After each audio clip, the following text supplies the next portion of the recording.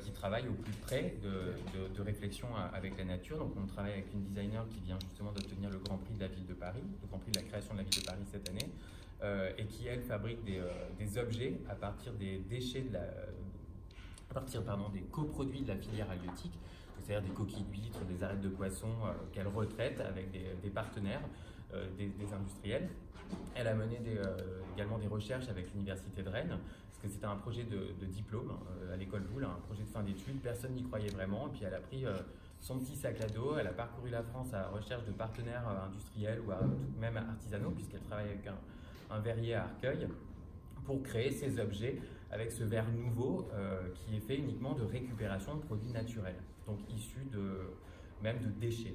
Donc voilà, et on soutient aussi le produit d'une jeune réalisatrice qui cherche à produire un film sur le rapport des artistes à l'eau, donc à parcourir le monde avec des artistes qui immergent des structures architecturales ou des gens qui dansent sous l'eau, font de la musique sous l'eau, donc notamment avec Michel Rodolphi et Jean-Marc Barr, qui ont créé des instruments pour jouer sous l'eau. Tous les spectateurs sont immergés dans une piscine pour écouter la musique, et pendant que Jean-Marc Barr déclame des textes. Donc voilà, nous on a voulu travailler sur ces thématiques-là, et on pensait au Canal Saint-Martin notamment, où il y a beaucoup de designers qui vivent dans ce quartier-là. On aimerait bien tous les réunir pour leur dire mais quelles solutions on envisage réellement pour aménager cet espace, pour en faire un espace de vie, parce que nous, en tant que propriétaires de cette agence, on est convaincus que plus l'espace est beau, plus les gens le respectent.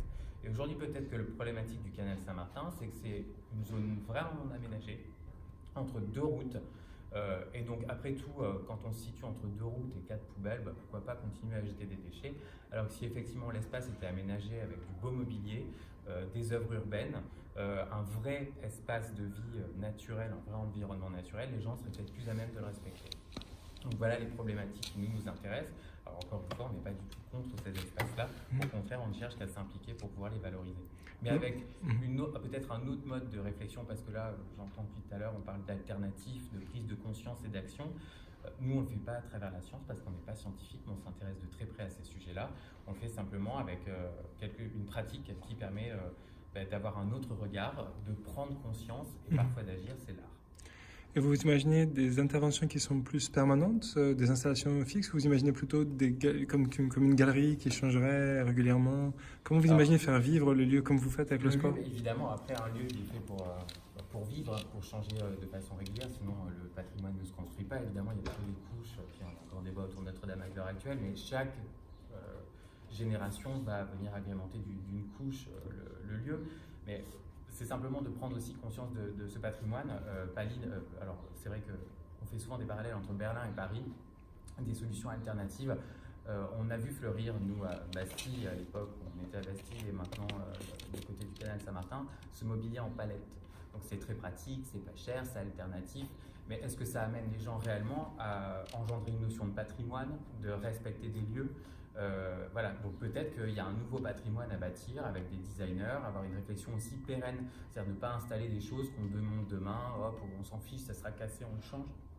On est aussi dans ces logiques de pérennité. Agir sur les questions environnementales, c'est la pérennité des ressources, la pérennité de l'objet, la pérennité du patrimoine aussi, alors qu'on est dans ces notions de fluidité que vous évoquiez tout à l'heure. Et toutes les problématiques aujourd'hui autour de l'environnement et des productions industrielles, elles sont sur la notion de fluidité. C'est-à-dire que, et notamment avec l'eau, c'était la grosse problématique, on n'a plus conscience de l'existence des ressources tant on est pris dans ces notions de fluidité. C'est-à-dire que l'eau est une notion fluide, donc amène la notion d'infini. Et la production industrielle a amené ça. Regardez une chaîne d'abattage des volailles, c'est fluide. Elles sont attachées, elles circulent comme ça, et ça ne s'arrête pas, c'est infini. Et en fait, à un moment, il faut aussi figer les choses et revenir aux notions de temps. Et donc nous, les projets qu'on défend, c'est ça, c'est cesser avec la notion de fluidité. Non, il n'y a pas d'infini, on vit dans un monde fini. Ensuite, la notion du temps qui est omniprésente. Cessons de toujours vouloir trouver des solutions à court terme. Les solutions, elles se bâtissent en même temps que se bâtissent les civilisations et le patrimoine. Donc voilà comment nous, on interagit avec les artistes avec lesquels on travaille. C'est à un instant T, figer quelque chose, essayer de fixer aussi des problématiques et trouver des solutions alternatives. Merci beaucoup. Merci beaucoup. Comment s'appelle la structure? Synop. Vous êtes à quelle distance de Art Hazard? On est à une 200 200 mètres à peu près. Donc, On n'a pas de lieu physique, nous. Comment? On n'a pas de lieu physique, on n'a pas de galerie. D'accord. On intervient vraiment in situ à chaque fois en fonction D'accord. des... Oui, parce que dimanche après-midi à 15h, on présente nos prototypes définitifs à Pardon. Trouillot, On sera là. au 83 quai de la Nuit, donc tout près de. Voilà, c'est ça. Avec Alexandra Cordebar, on pourrait lui dire directement ce que vous pensez des berges, parce qu'elle, elle a l'air d'avoir beaucoup de tendresse pour l'état de son canal. Donc, Ouais.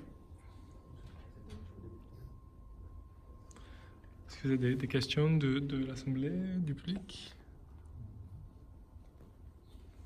Juste pour réagir à ce que tu viens de dire, justement toutes les questions qu'on a envie de soulever avec l'idée de réorganiser des activités nautiques sur le fleuve, ça va poser la question de sur quoi à Paris il n'y a pas un ponton, il n'y a pas tout a été fait, ou pour les bateaux-mouches ou pour les barges industrielles, rien n'a été fait pour une autre pratique. Et justement d'imaginer que demain on peut imaginer d'autres objets qui pourraient aller sur l'eau de manière peut-être simple ou mobile, des pontons flottants, des pontons qui permettent de se mettre à l'eau, de descendre un canoë. Aujourd'hui, rien n'est fait de toute façon pour que le simple citoyen puisse s'approcher de l'eau. Et tu le disais très bien, le canal, c'est simplement une voie d'eau qui est posée entre deux quais minéraux. Il n'y a pas d'accès, du coup ça devient un déversoir à canettes. Quand ils ont vidé le canal il y a 2 ans, c'était extraordinaire, le nombre de bouteilles vides qui étaient au fond du canal. Donc je pense que si on s'approprie un peu plus cette voie d'eau, j'espère qu'on aura moins envie d'en faire une poubelle. En tout cas, c'est l'idée. J'ai juste une petite anecdote qui va vous faire rigoler. Comme je voulais naviguer sur la Seine d'autres cordeaux voilà, et j'avais pas encore le permis, j'ai appelé l'office pour faire immatriculer ma barque à Marseille. Et à chaque fois que je me faisais arrêter par la police sur le chemin, je leur montrais le rendez-vous que j'avais à Marseille pour faire immatriculer mon bateau. Ça leur suffisait. Et ça leur suffit. Donc en fait, je me suis jamais fait arrêter finalement par la. Enfin, et donc ils m'ont dit, ok, moi je vais jusqu'à Marseille. Et quand j'arrive à Marseille, j'aurai une immatriculation. Et voilà. Est-ce que ce papier était vrai? C'est un vrai papier, c'est une vraie invitation du bureau de certification de Marseille. Et donc entre Paris et Marseille, sur quelques rivières que je sois, au canal, je leur montrais cette autorisation et j'étais en route en fait pour. Voilà, si vous cherchez à... Alors que je pense que sur la même expérience sur la route, en disant je vais obtenir ma carte grise, ça marche. Ça marchera pas, ouais. Mais quelque part, sur les canaux, c'était un espace d'un côté qui est très régulier, mais d'un autre côté qui est un peu permissif. Si vous ne faites pas un truc dangereux ou... voilà, il y a un côté... voilà, comme il n'y a peu de gens qui le font encore, donc c'est un état en fait qui est un peu une zone grise où il y a pas... Il y a des règles, bien sûr, mais il y a aussi une sorte de... en pratique, qui est assez permissif. C'est surtout que les accidents à 6 km/h sont moins dangereux. J'attire quand même attention sur les écluses. Oui, Oui, faut faire attention. Ouais. Qui est quand même un peu nécessité de... les expériences de vécu, là, c'est ça. Ouais. Pas plus tard carrément d'un mois. C'est vrai.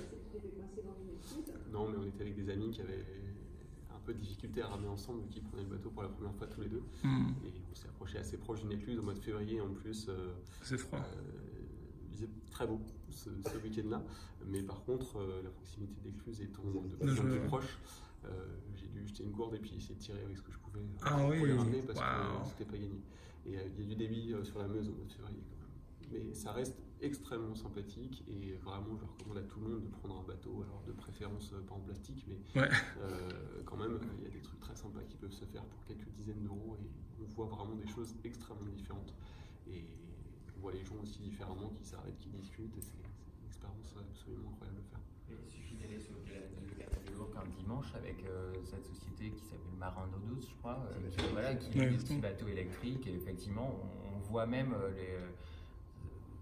une multitude de personnes utiliser ces bateaux de façon assez aisée sur le bord du canal de l'Ourcq, mais on peut aussi pique-niquer, les louer pour aller plus loin, et les gens se réapproprient le fleuve parce qu'ils ont un vrai contact avec eux. C'est ça aussi le problème, c'est qu'on ne peut pas avoir de contact avec ne serait-ce que l'eau. Donc alors là, ça leur permet un contact un peu artificiel, mais il y a un contact avec le fleuve. Et je voudrais vous dire que Samuel, à notre gauche, le maître du lieu, possède, capitaine d'un canoë. Une barque pour 2 personnes qui me permet effectivement de venir au travail en barque. C'est très impressionnant.